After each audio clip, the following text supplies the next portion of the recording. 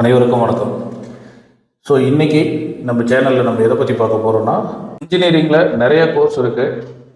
இதில் இந்த 2026 ECE course படித்தா எவ்வளோ வேல்யூ இருக்குமா, நல்ல சேலரியில் ஜாப் கிடைக்குமா, இந்த கோர்ஸில் நம்ம எதை பற்றி படிக்க போகிறோம், என்ன மாதிரி கம்பெனிஸில் நமக்கு வேலை கிடைக்கும், டாப் கம்பெனிஸ் என்ன, எவ்வளோ சேலரி பேக்கேஜஸில் ஜாப் கிடைக்கும் அப்படிங்கிறத பற்றி தான் இந்த வீடியோவில் பார்க்க போகிறோம். இசிஇ, அதாவது பிடெக் இசிஇன்னு ஒரு சில ப்ரைவேட் யூனிவர்சிட்டிஸில் சொல்லுவாங்க. BE electronics and communication engineering, அதாவது பிஇ இசிஇ அப்படின்னு சொல்லி இந்த அண்ணா யூனிவர்சிட்டிக்கு கீழே வர காலேஜஸில் தமிழ்நாட்டில் சொல்லுவாங்க. ஸோ இது ஒரு 4 வருஷ கோர்ஸு. இந்த கோர்ஸில் நம்ம எதை பற்றி படிக்க போகிறோம் அப்படின்னா, மோஸ்ட்லி 60 to 70% எதை பற்றி படிப்போம்னா எலக்ட்ரானிக்ஸ் சர்க்கியூட்ஸை பற்றி நம்ம படிப்போம். அதுக்கப்புறமேட்டு கம்யூனிகேஷன் சிஸ்டம் பற்றி படிப்போம். இந்த எலக்ட்ரானிக் சர்க்கியூட்ஸும் எப்படி கம்யூனிகேஷனுக்கு யூஸ் ஆகுது அப்படிங்கிறத பற்றி படிப்போம். அதுக்கப்புறம் எம்பெடட் சிஸ்டம் பற்றி படிப்போம்.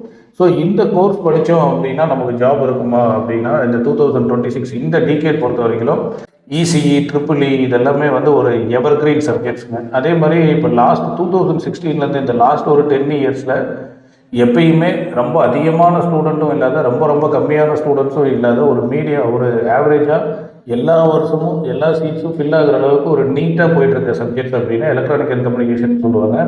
இந்த 2026 இசிஇக்கு ரொம்ப டிமாண்ட் ஜாஸ்தி. எதனால் இந்த ரொம்ப டிமாண்ட் ஜாஸ்தி அப்படிங்கிறது இவ்வளோ ஆணித்தனமாக சொல்கிறோம் அப்படின்னா, இது நெக்ஸ்ட் ஒரு 10 இயர்ஸ் பார்த்தீங்க அப்படின்னா செமிகண்டக்டர் வார் தான் நடக்க போகுது. இப்போ கரண்ட் அஃபேர்ஸ் நிறைய படிச்சுட்டு இருக்க ஸ்டூடெண்ட்ஸ்க்கு தெரியும்னு நினைக்கிறேன். இப்போ இஸ்ரேல் ஈரான் வார் முடியுதோ இல்லையோ, அடுத்தது சைனா தாய்வானோட வார் ஸ்டார்ட் ஆகும்.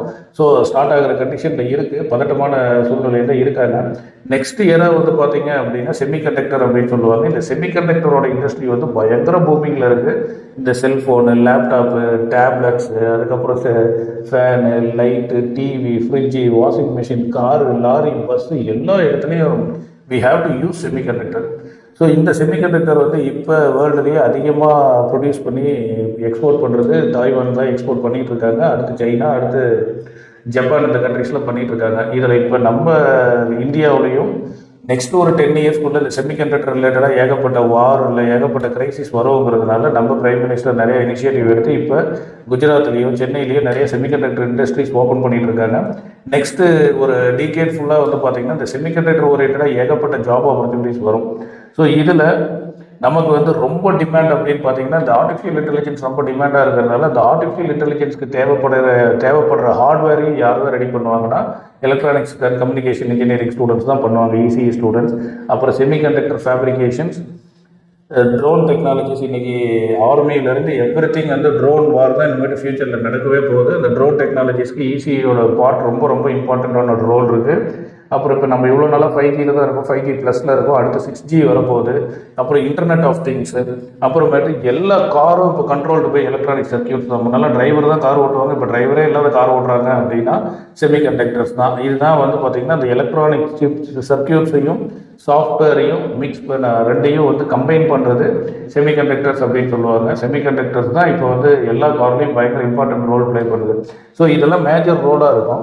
இதில் நல்லா படிக்கிற ஸ்டூடெண்ட்ஸ்க்கு எவ்வளோ சேலரியில் ஜாப் கிடைக்கும் அப்படின்னா, மினிமம் ஒரு நல்ல ஸ்கில் உள்ள ஸ்டூடெண்ட்ஸ்க்கு இந்தியாவிலேயே 5 lakhs per இயர்லேருந்து ஒரு 22 lakhs per இயர் வரைக்கும் சேலரி கிடைக்கிற அளவுக்கு நல்ல ஜாப் ஆப்பர்ச்சுனிட்டிஸ் இருக்குது இசிஇயில். அண்ட் ஒரு டாப் கம்பெனிஸ் அப்படின்னு பார்த்தோம் அப்படின்னா வேர்ல்டு லெவலில் நிவிடியா ஒரு டாப் கம்பெனிஸுங்க. அடுத்தது பார்த்திங்கன்னா டிஎஸ்எம்சி, தாய்வான் செமிகண்டக்டர் மேனுஃபேக்சரிங் கம்பெனின்னு சொல்லுவாங்க. அடுத்தது பார்த்திங்கன்னா குவால்காம், இன்டெல், அதுக்கப்புறம் நிறைய கம்பெனிஸ் இருக்குது. இப்படி சொல்லிகிட்டே போகலாம். நீங்கள் நெட்டில் போய் செக் பண்ணிங்கனாலே உங்களுக்கு எல்லா கம்பெனிஸோட டீட்டெயிலும் வந்துடும். ஸோ 2026 இந்த ஸ்டூடெண்ட்ஸ் இசிஇ கோர்ஸ் சூஸ் பண்ணுறது ஒரு பெஸ்ட்டு சாய்ஸ் அப்படின்னு சொல்லி என்னோடய எக்ஸ்பீரியன்ஸில் நான் சொல்கிறேன். ஸோ இந்த வீடியோ உங்களுக்கு பிடிச்சிருந்துச்சின்னா லைக் பண்ணுங்கள். உங்களுக்கு கீழே ஏதாவது குவரிஸ் இருந்துச்சுன்னா கமெண்ட் பண்ணுங்கள்.